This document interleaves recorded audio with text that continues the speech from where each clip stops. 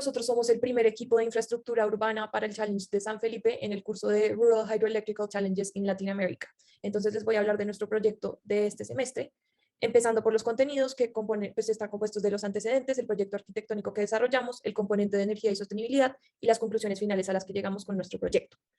Empezando con los antecedentes, pues vamos a hablar de la ubicación y el clima de la población de interés. Esta es San Felipe, que está ubicado en México, en Baja California, con las coordenadas 31 y menos 114, a una altitud de aproximadamente 10 metros sobre el nivel del mar, y precipitación de 60.3 milímetros, evaporación mediana anual de 2.461.5 milímetros y temperatura cerca de 23 grados Celsius.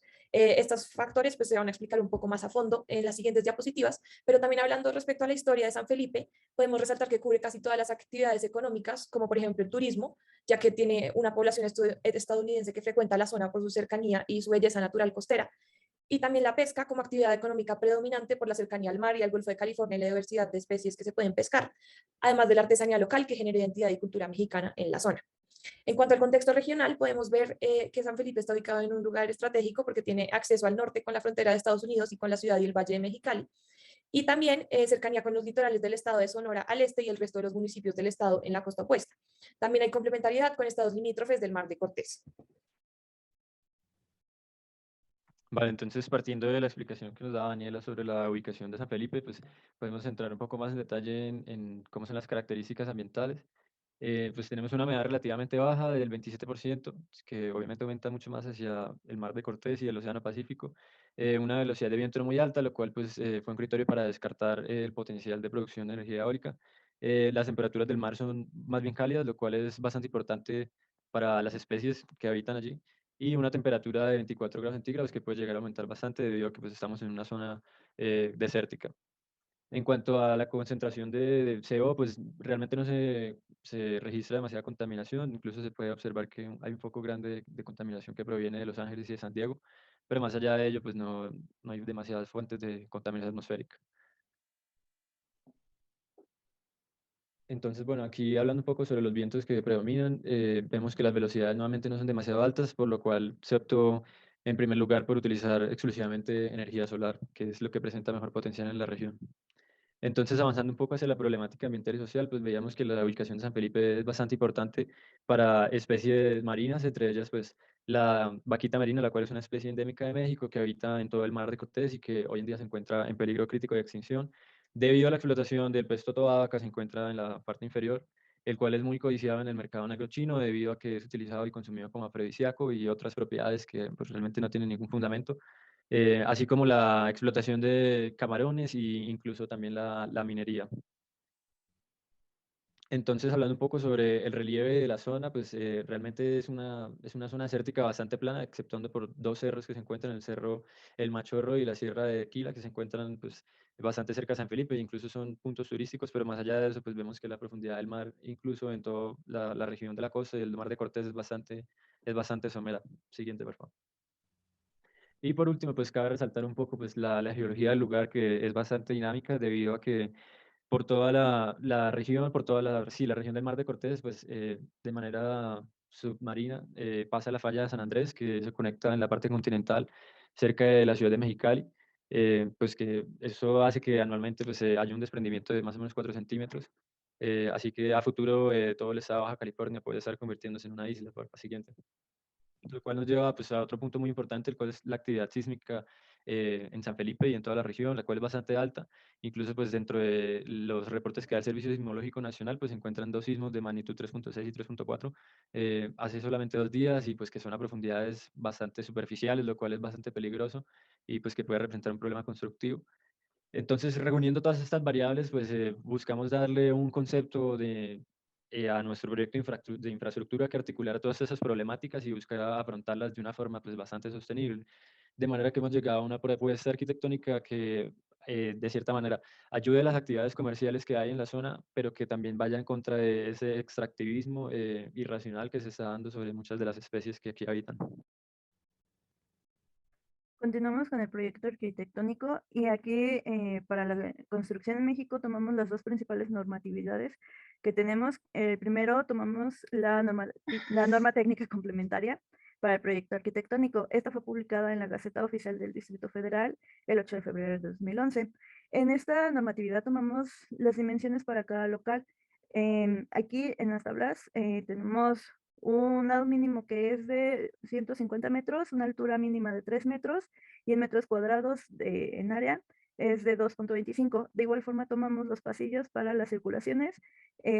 Aquí nos indica que debe de ser mínimo de 1.20 metros. Siguiente, por favor. Y también tomamos la normatividad del sistema normativo de equipamiento urbano, SEDESOL, el tomo 3, que es el subsistema de comercio y abasto. Aquí consideramos el elemento del mercado público. En este nos indica que este elemento comercial debe estar estructurado a base de una organización de pequeños comerciantes que proporciona al consumidor el abastecimiento al menudeo de productos alimenticios de uso personal y artículos para el hogar. Este se orienta fundamentalmente a satisfacer las necesidades de la población de estratos medios y bajos. Aquí tomamos de ejemplo las cédulas normativas que nos indica qué tipo de módulo debe de tener nuestro mercado público.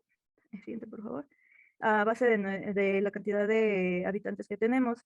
En nuestro poblado de San Felipe tenemos un aproximado de 20,000 habitantes. Entonces, en esta normativa nos indica que debemos de tomar mínimo 90 locales. Siguiente. Bueno, aquí para continuar nuestro proyecto iniciamos con un mood board que lo usamos como una herramienta visual, como síntesis de nuestras ideas de diseño para nuestro proyecto. Principalmente tenemos imágenes que representan el abastecimiento de las necesidades de parte de nuestros usuarios. Siguiente, por favor. También con base a una zonificación para nuestro proyecto, escogimos qué tipos de comercios habrá en el proyecto, tomando en cuenta la ubicación y como sabemos es un poblado pesquero, entonces también buscamos fomentar la venta local. Siguiente, gracias. Mediante la psicología del color, queremos utilizar lo que son los colores fríos para nuestra propuesta, ya que estamos en una zona muy cálida. Entonces, no queremos que se sientan agobiados y de igual forma queremos aprovechar la iluminación natural mediante la utilización de ventanales. Ahora, siguiendo con una investigación sobre los proyectos relacionados, encontramos pues algunas competencias de mercados de este tipo, empezando por este ejemplo que pueden ver en pantalla, en el que resaltamos los aspectos de sostenibilidad como el sistema de ventilación natural y la recolección de agua lluvia. De este pues nos inspiraremos para nuestro proyecto con el sistema de ventilación natural, pero la recolección de agua lluvia pues no es tan pertinente en este caso porque pues tratándose de un sitio desértico no hay casi lluvia a lo largo del año. También tenemos este otro proyecto relacionado que se llama Paliano Eco Market, que nuevamente incorpora el componente pues, de ventilación natural para no requerir tanto pues, de uso de aires acondicionados y también el uso de paneles solares en la cubierta que permite pues, solucionar el desafío energético adecuadamente en una zona desértica.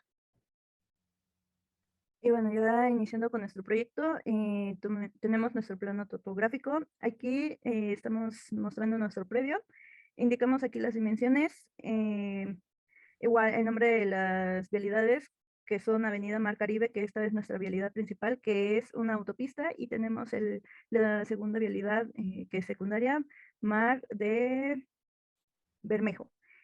Aquí indicamos nuestro área total de predio, que es de 5,304.54 metros cuadrados, y como estamos en una zona que es prácticamente plano, entonces no tenemos quiebres topográficos.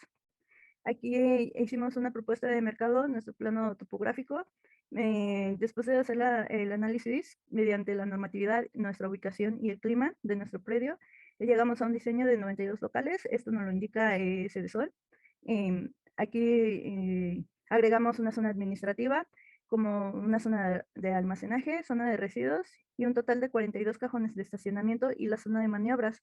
También se incluyó una zona de servicios, como en este caso los sanitarios y algunos pasillos de servicios. También indicamos las áreas de nuestras zonas, como la zona comercial tiene un total de 2,200 metros cuadrados y utilizamos una altura de 3 metros, para todas las áreas. En nuestra zona administrativa tiene un área de 265.35 metros cuadrados. Nuestra zona de residuos tiene 74.75 metros cuadrados.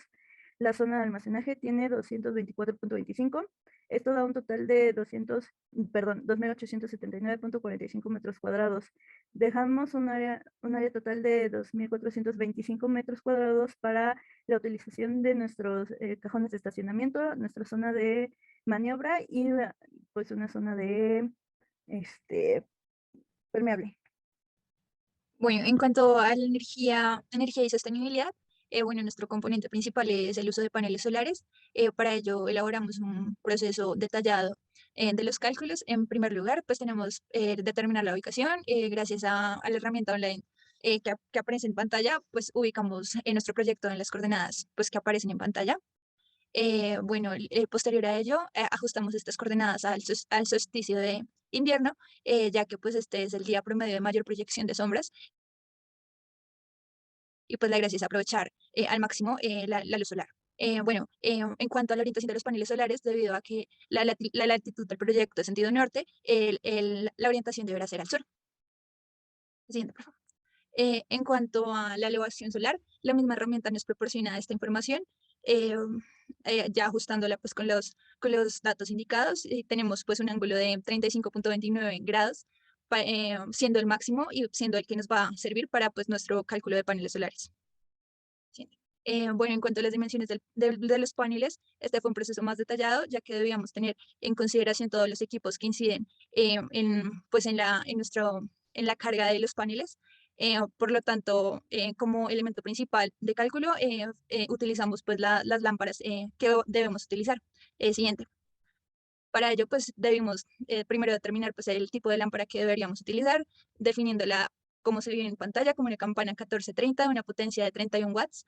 Y un dato importante de estos es que la fuente luminosa va a tener una temperatura de 6000 grados Kelvin, con el fin de proyectar pues, la sensación de frío pues, a nuestro proyecto.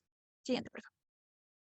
En cuanto al nivel de iluminación, pues se calculó como se ve en pantalla, teniendo en cuenta pues la intensidad de las lámparas, siendo esta de 3030 candelas, y pues la distancia al nivel del suelo de 3 metros, obteniendo un nivel de 337 lux. Este nivel, sí, comparado en la normatividad que pues ya Diana nos referenció, cumple pues ya pues es un nivel que está sobre los 75 lux, que es el mínimo según normativa. Siguiente, por favor.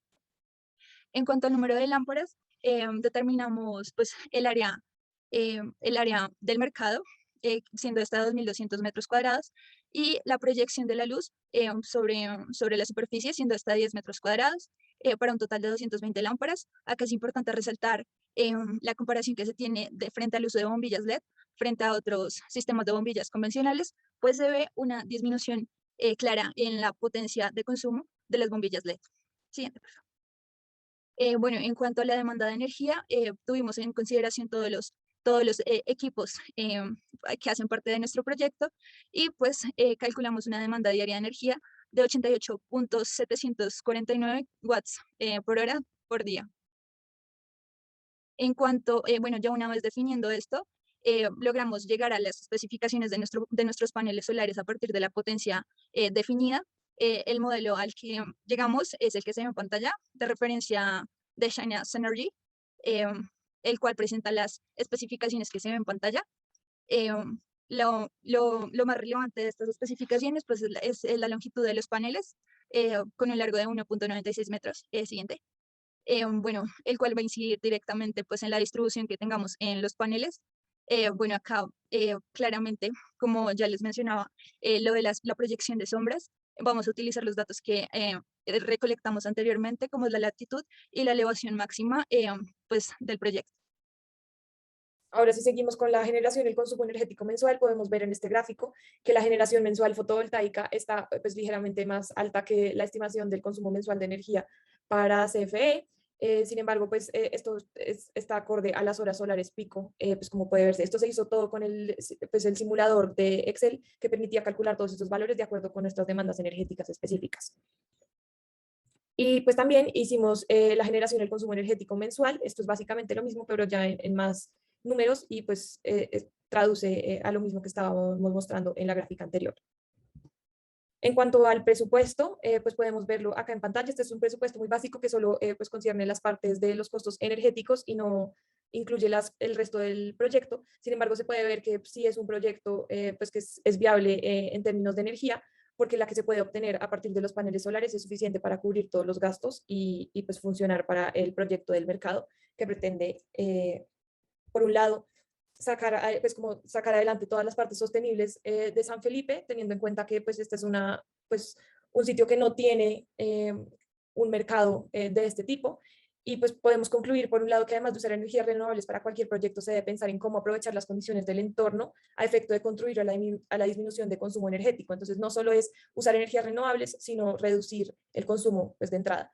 También que todo proyecto sostenible debe estar diseñado teniendo en cuenta la condición geográfica del lote y otros factores como el viento, lluvia y sol, y así poder determinar la mejor aproximación de energía renovable para disminuir la huella de carbono sin comprometer la calidad de vida o la funcionalidad del proyecto.